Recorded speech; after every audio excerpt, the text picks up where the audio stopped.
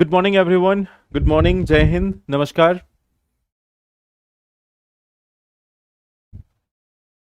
So I hope I am properly audible and visible to all of you.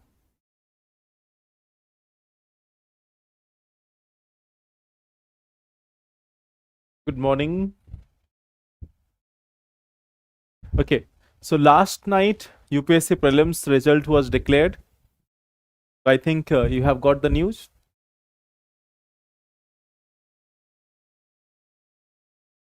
So have you gone through it? Good morning.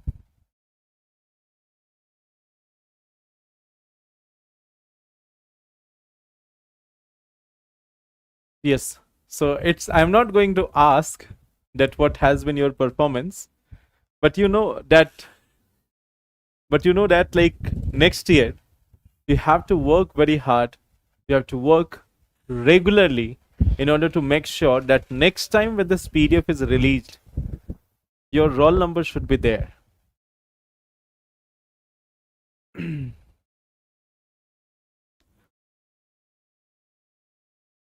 So, yes. Have you cleared, Aditya? Have you cleared the exam? Have you cleared the prelims? So next year, all those who are there in the session, next year you have to make sure that your name is in the list. Your roll number is there in the list. Yeah. So my brother has cleared his exam, but his final year exam in July, so he will not be able to appear for the mains. That's very tough situation. NCRT is at 9:30. Okay. So let's start our session. See, we are preparing for the mains portion in this session. We are preparing for the main session in this session, and today we are going to discuss two articles. One is with respect to India and Thailand historical relations. One of the article is with respect to India and Thailand historical relation, and the second article is with respect to child welfare. Now this is something which is like a historical perspective over this, a historical part. Okay, whereas this is something which is quite innovative or quite important article which we are going to discuss today. Now at the same time, just to tell you one part also, we will be discussing this answer writing also. We will also discuss this answer writing part, that how you have to write the answer. So we will do that at the end of the session. So let's start with our main part, India Thailand historical relations. Okay. We have this one topic, India Thailand historical relations. India Thailand historical relations.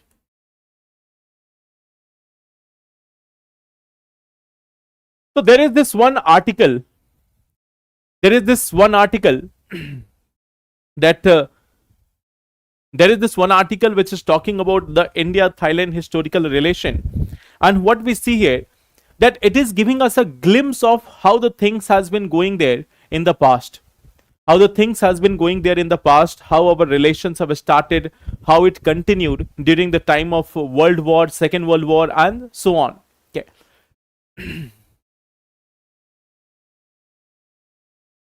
Can we give exam to those who are? Yes, if you are in final year, you can appear for the exam. Okay.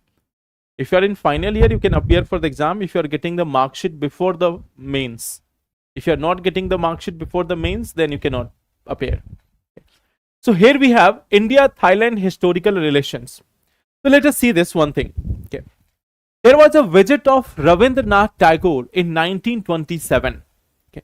So what we see, that in 1927 there was visit of Ravindranath Tagore. That is almost, you can see, almost 100 years ago. Almost 100 years ago, there was visit of Ravindranath Tagore to this part of Thailand. Okay. Now, what we see, that like he met the king of the area. He met the king Rama VII. Met the king of Thailand. He met with the king of Thailand. So in 1927, Rabindranath Tagore went there and he met the king of the Thailand. Okay.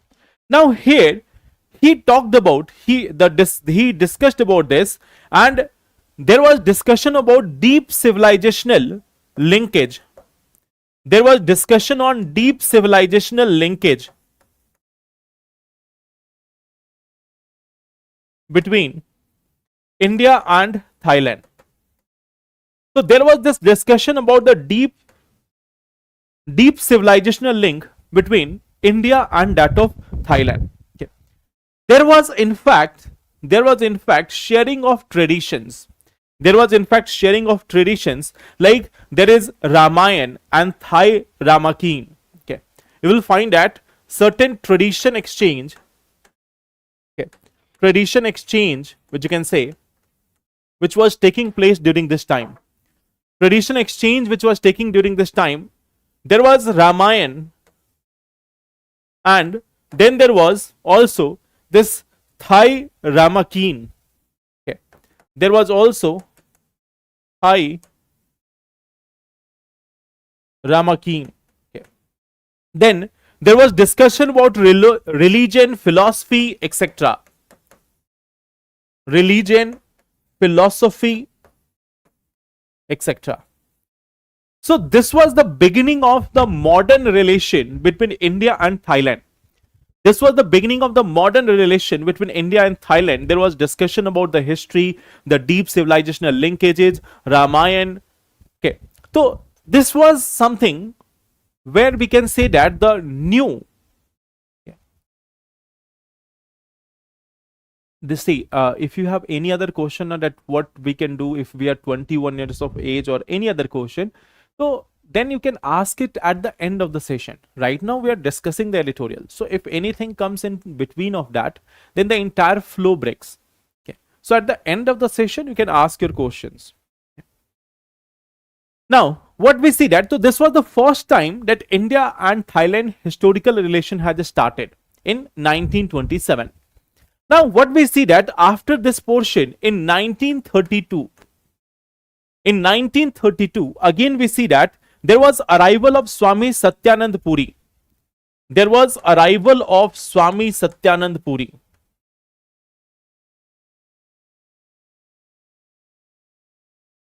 Satyanand Puri. Okay. So then we see that he was like he went to Bangkok. Arrival of in Bangkok. In Bangkok he went there, and then again what we see that there was like establishment of something called as Dharma Ashram. There was establishment of Dharma Ashram. Dharma Ashram. This is something which happened in 1939. This is something which happened in 1939. It was in fact a center for spiritual and cultural exchange. Okay. It was there for center of spiritual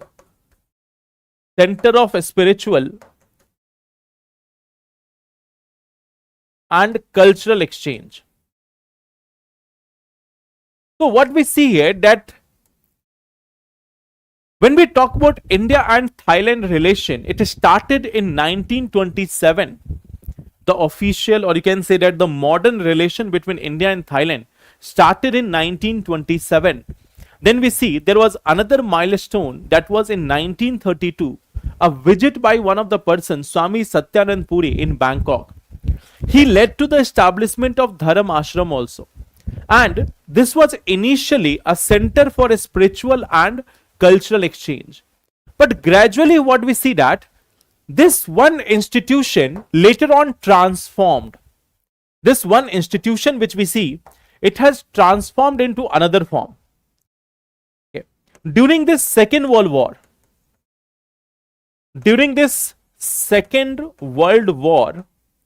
what we see here, during this Second World War, what we see that Japan was going through this Southeast Asia, Japan was trying to have a control over Southeast Asia. Okay, so there we see that this center, this is some center, it became a meeting point. This became a meeting point of Indian nationalists. This became a meeting point of Indian nationalists.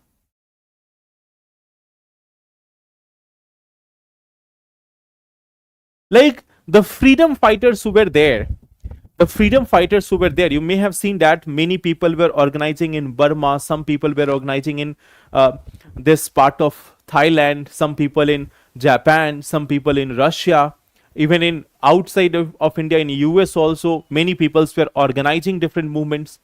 So here also what we see that in Thailand also, this Dharma ashram became a center of the meeting point of the nationalist. It became a center of, see, you have joined for the first time, Aditya. Have some patience. I explained to you this in the last session also in the class.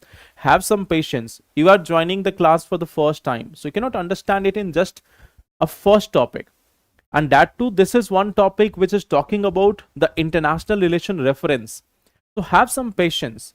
If you are not able to understand this topic, maybe the next topic which is there, which is simple, you will be able to understand that. Okay. So meeting point of Indian nationalist. Okay. Now what we see that during this entire Second World War, in fact, Thailand was serving as an important point of gathering of Indian nationalists. Okay. So we see that Thailand, it has become a meeting point of Indian nationalists. Meeting point of Indian nationalists. It is something which has become a center of activities to support Indian national movement. The Indian national movement which was going on. In fact, you will find that many famous people joined here. Sardar Gyani Pritam Singh. You will find that here we have Sardar Gyani Pritam Singh.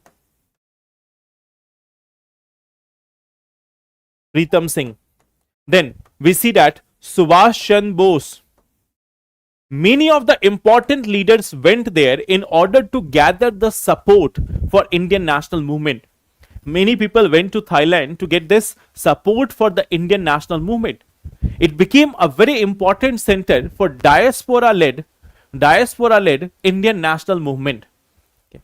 So what we see that this entire area was emerging as one of the very important focal point, one of the very important center for supporting the Indian national movement. Okay. So this article is talking about the historical role of Thailand. It is talking about the historical role of Thailand between during this struggle period of India. That during this struggle phase of India, during the Indian independence movement, Thailand was one of the supporting centers for the Indian national movement. Multiple leaders gathered there, multiple जो nationalists थे वो gather हुए. So what we see that this was emerging. Like we know about Japan, we know about Russia, but Thailand was also an important center for diaspora-led movement in the Indian national movement. So it's not that you have to write answer on the basis of this, but this was one of the editorial. And if you are looking at India-Thailand relations in general context, so then you can use this as an introduction part. That Thailand has been one of the center for supporting the Indian national movement before the independence. So this is how you can start your introduction. So that's why I'm not giving you any question to write on the basis of this article, but this is just an information for you. In your IR notebook, whenever you are making your IR notebook, you can just add it there that how this Thailand was an important center of nationalist movement for India. I hope now you are having a clarity that why this article was there, why we are discussing this.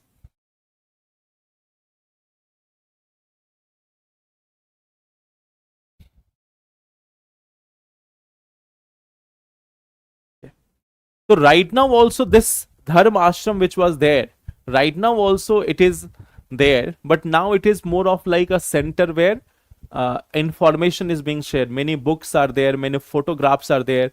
So rare books, rare photographs, the history of that period of time, it is there in that ashram. Yeah. So this is one thing which we have to see. Yeah. Now coming to the second article, the main article which we have to discuss, the 7-point IQ opportunity for Indian children. Okay. Now here what we see, tell me one thing, when we are talking about child health,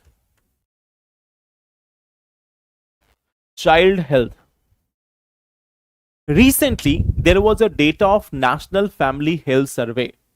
Recently we have seen that NFHS 6 data. So how many of you have updated that data? In one of the previous classes we have discussed this, the National Family Health Survey data. So how many of you have updated that data?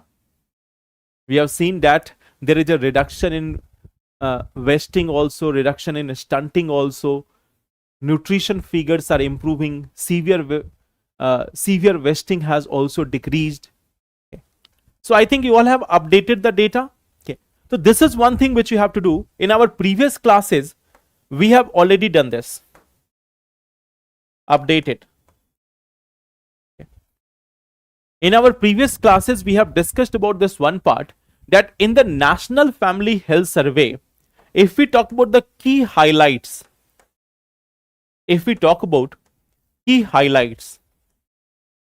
so what we see here, malnutrition,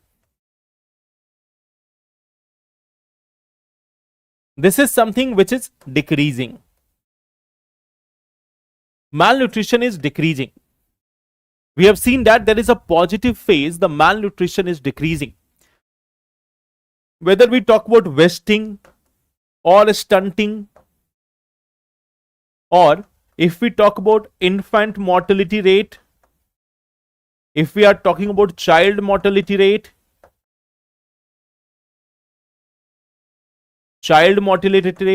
in all these cases we see that it is declining. So we see that there is a positive indicator.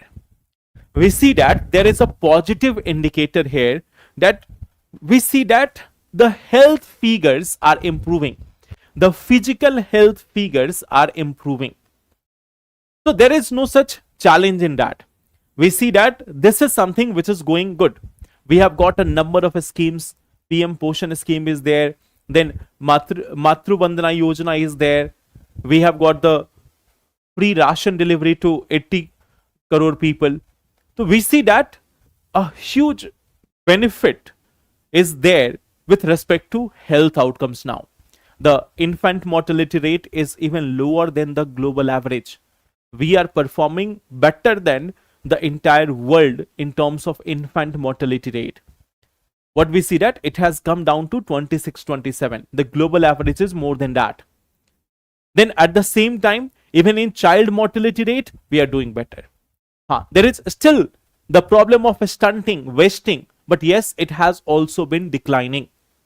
So health outcomes have been somewhat positive as part of the National Family Health Survey data, which has been recently provided. Okay. Now what we see that this is one side of the story. There is another side of a story. What about the cognitive development? What about the cognitive development?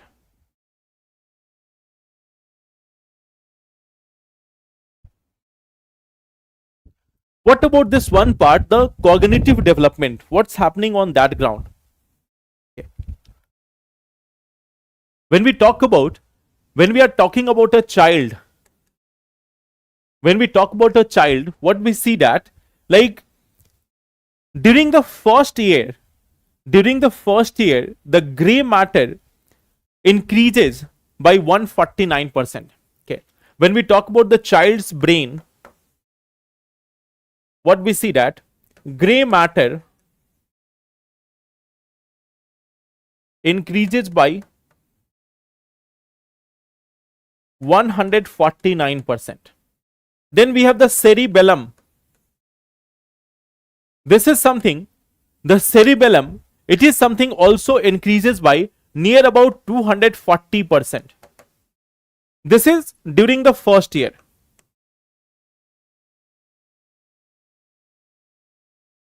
During the first year. Okay. What we see that, what we see that this is one of the time during the first part itself, during the first year itself, during the initial part of the child itself, what we see that that there is a development of the child. The brain of the child is developing. Now on one side we see that there is one thing called as nutrition which is being provided. Okay. There is one part, nutrition, which is being provided. This is something which is provided. Health, it is something which is improving. But what about the other factors? What about the other factors? What about the other factors? What about the other factors? What about the movement, language, planning, learning, etc.? Okay. What about the movement? What about the planning ability? What about the learning? So these are certain questions that we are focusing on one dimension of the child. We are focusing on one dimension of the child, that the child is getting proper nutrition or not, the child is getting proper food or not. But what we see that the other dimensions which are there, the learning of the child has to learn movements and everything. But what we see that on this front, we are still not on that level. We are still not giving the treatment at the same level. Okay. So we see many other positive things are there. We see that many positive things are there in terms of normal health, normal nutrition. But in these terms, the movement, the planning, the learning, here we see that this is something which is missing. We have a Anganwadi also. You may be aware about this. We have a Anganwadi system.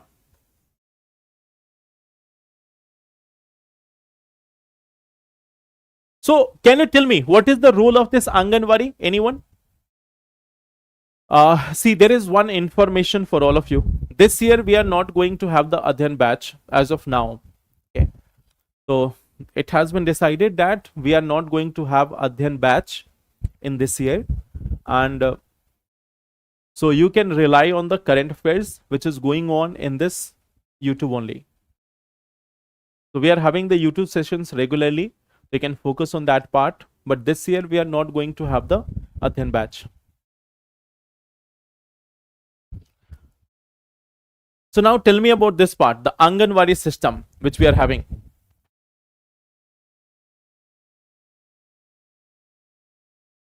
So what do you know about this?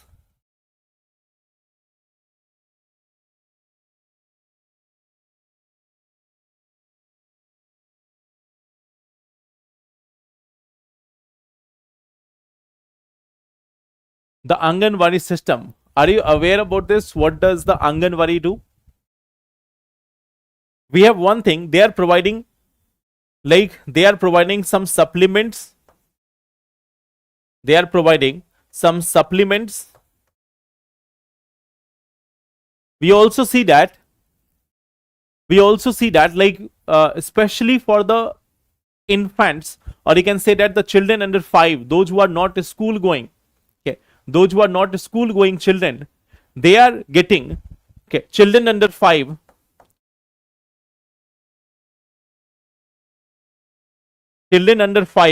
they are getting food from here. They are getting nutritious food from here. There is also focus on immunization. There is also the focus on immunization.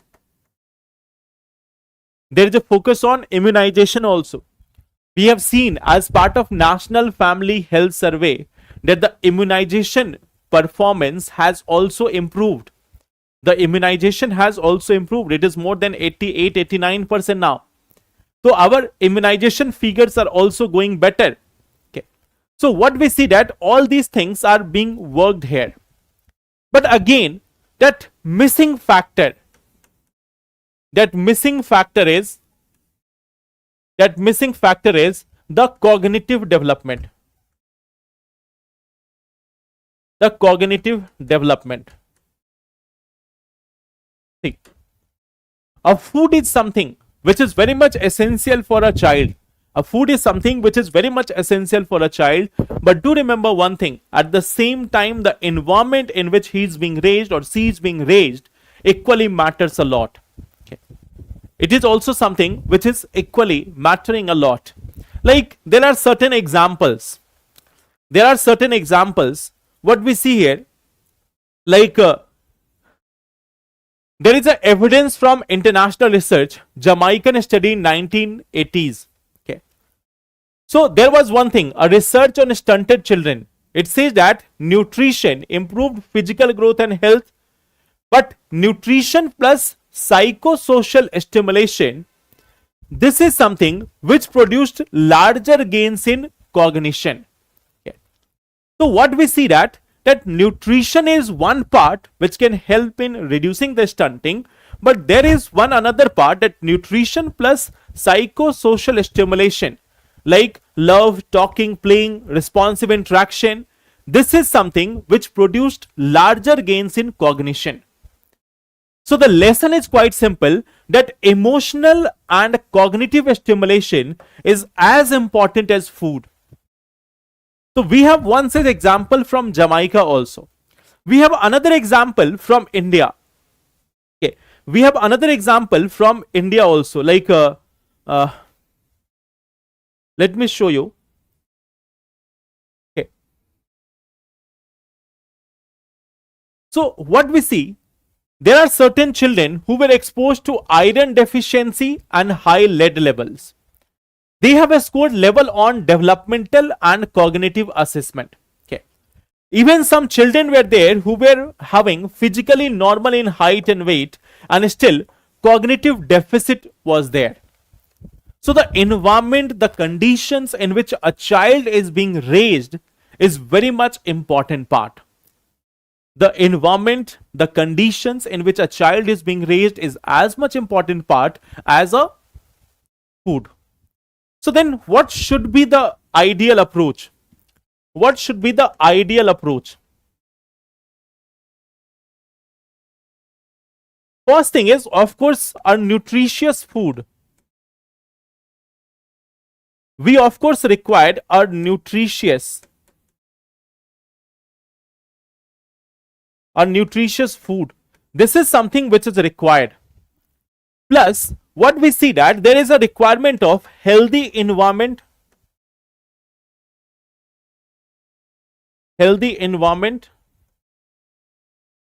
But at the same time, there is also a requirement of emotional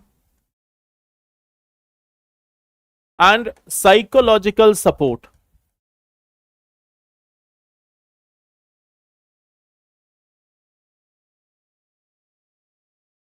Like nowadays, you may have seen this one part, that many of the parents are there. Now those parents, you will find this one thing, that they are like giving all the facilities to their children, but the parents are also busy. The children are often just busy on mobile phones. They are playing some games or they are watching some videos, and the parents are not talking to them. Parents are busy in their own work, they are busy in their own household chores. Nowadays, we have the rise of nuclear families also. So nuclear families have lesser number of people. Even the grandparents are not there. So there is no one in order to talk to the child. And since there is no one to talk to the child, now the child also relies on other forms for his continuous interaction. Like they are watching some reels on YouTube, they are watching some games or playing some games. So we see that in the young children also, there is a increasing dependence on mobiles. Why? The parents are also responsible. They are not giving time to their children. And when they are not giving time to them, who will they talk to? Nowadays, we are having nuclear families. So in many families, we are having a single child. So what will a single child do? Will they start talking about or thinking about US-Israel conflict? Sorry, US-Iran conflict. What do you expect a child to do? That they will be watching that how the NEET paper exams are getting leaked, or what questions have been asked in UPSC examination. So what are they going to do? Are they going to watch that LPG crisis is emerging? So the children are not having any such source of entertainment, any source of learning. What we do mostly, that we put them in schools. We first put them in schools, then we put them in tuitions. So a student from class 1 or 2 is getting engaged in school and tuition from morning to evening. And then in evening at home, they play on their mobile phones and then they sleep. So that is also one of the challenging aspect here. So I hope this one is clear, that what is the issue and what is the solution. So on basis of this, there is this one question. There is a need to shift away the focus from only physical health of children to overall well-being for their holistic development. In this context, discuss the approach of child welfare in India. How can Anganwadi become a defining tool to empower children? So you have to also see this one thing, like this is one question which I am giving for you, that how Anganwadi can play a role in this. That right now we are looking at Anganwadi only as a source of providing nutrition to the children. Only as a source of providing nutrition to the children. But how it can ensure the overall cognitive development of the child, that is something which you have to think about, and that is something you have to add in the answer. So this is one thing which you have to do. Okay.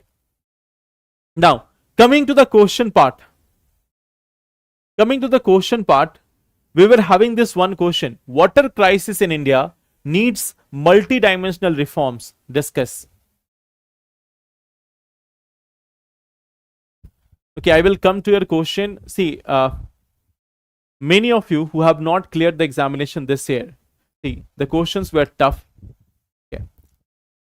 Questions were tough, and at the same time, what we see, that the pattern was also different. So many of you who have prepared were also not able to clear the exam. But then again, this is something which is always there. This risk is always there. Now, the thing is, the next year also, there is a equal playing field for everyone. So this year, of course, you cannot clear. But then again, for next year, you know what to do. If you have given the exam, you know what to do.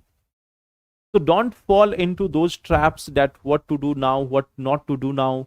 There is a multiple things going on with respect to UPSC. Some people are saying that there will be re-exam. Some people claim that there is leak of UPSC paper. So don't fall into any of these things. Stick to basic. You know what to read and from where to read. Like last year also, this year also, when you look at the question pattern, you will find that there are certain questions, almost 50 questions, which can be solved from the basic things which you are studying on regular basis. Just evaluate the paper by yourself now. This year also, we have gone through current affairs in the last 1 year, and there were many questions which have come from current affairs.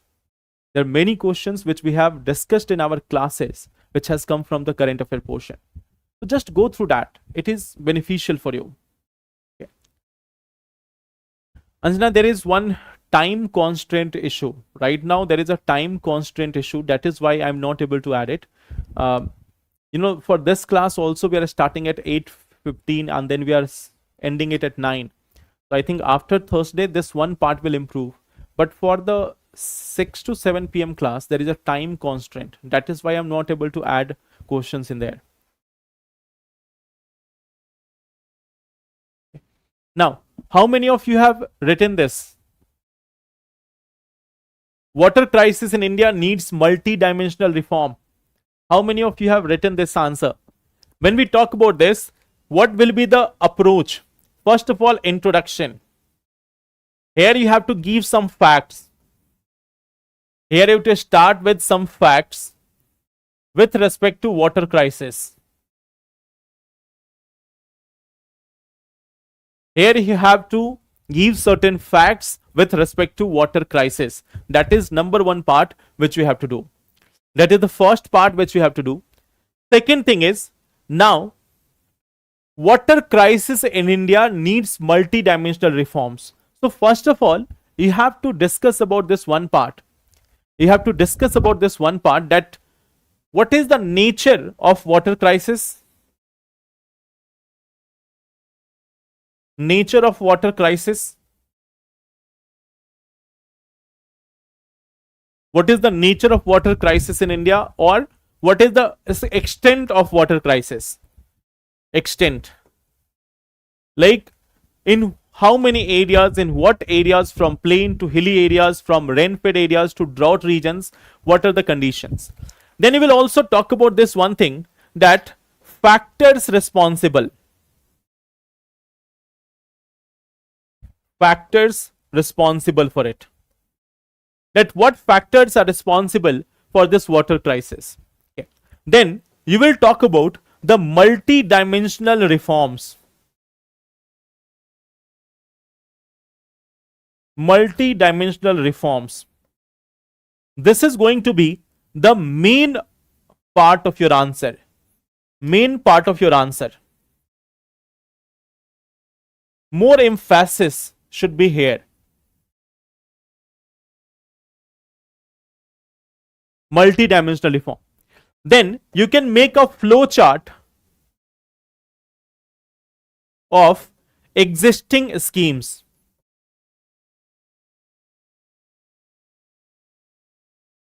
Then in conclusion, you can mention about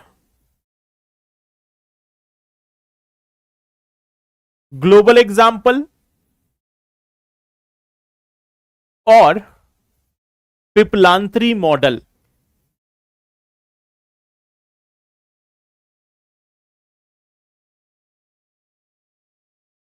So here you will find that this is one part which you can do. First, introduction, give some fact with respect to water crisis. Second thing, nature of water crisis or the extent of it. Third thing is factors responsible behind it. Fourth part, the multi-dimensional reform. This is going to be the main part. You have to suggest everything. You have to discuss many dimensions here, which we have talked in previous classes. In last session, we have discussed exclusively about this one part. Then you will mention about the flow chart, and then you can also mention about the some global example or Piplanthri model also. Yeah.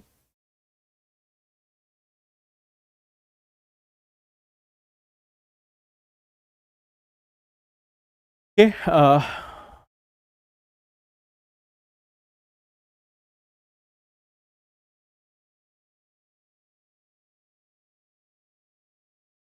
Yes, I think if you have started from Feb, then it was 3 months time only.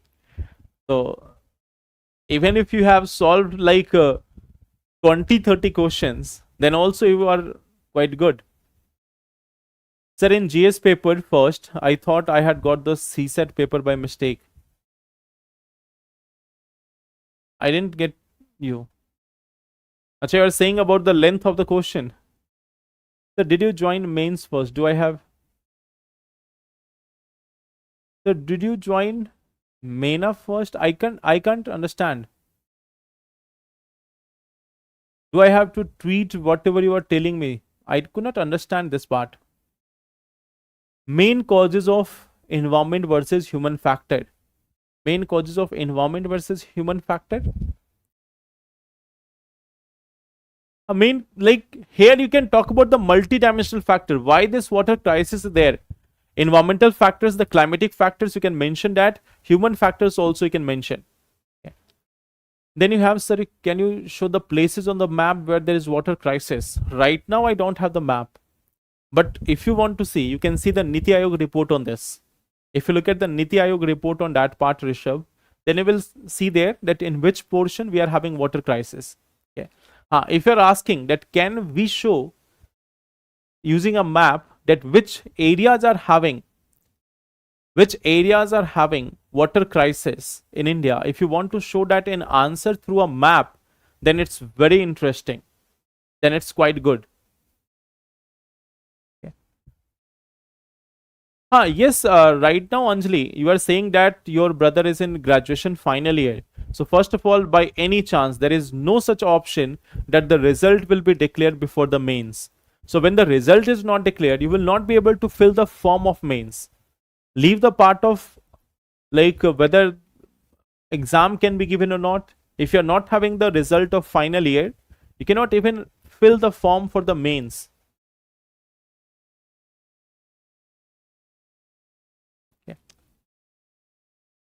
So I hope that is clear. Suman, I could not get your question. आपका question क्या था? Tweet.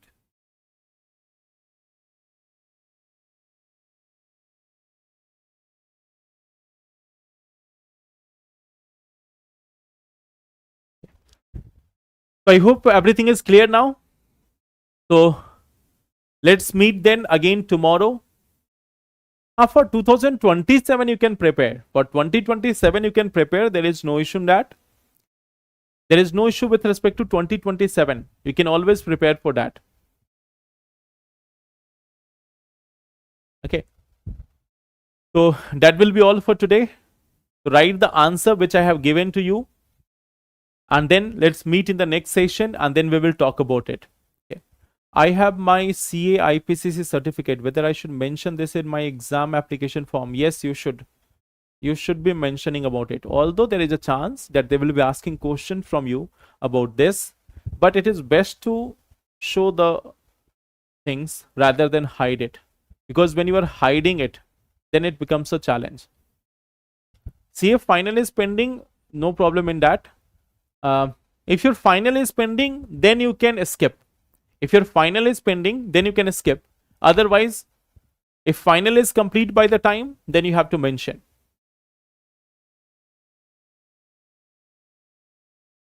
Sir, can I fill the form of pre if my age will be completed after 1 month of prelims? Rishabh, I think on 5th of Feb, we have discussed about this age criteria. I do not recall exactly these things every time, that what is the date limit. But on 5th of February around, we have conducted a session about this age and everything. So if you just go through that one session, you will find that everything is detailed there. I have told you this year we are not having a current affairs paid batch. We are not going to have any Adhyan batch this year.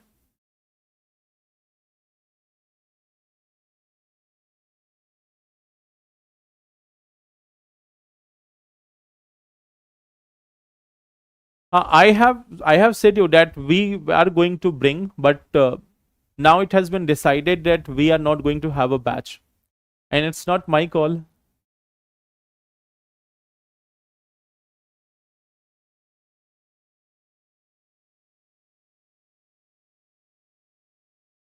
Okay.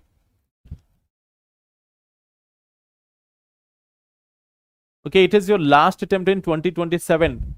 So you should be preparing in a very much holistic manner.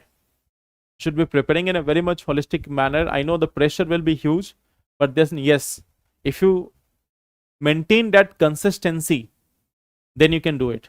Okay. So thank you everyone. Take care and all the best.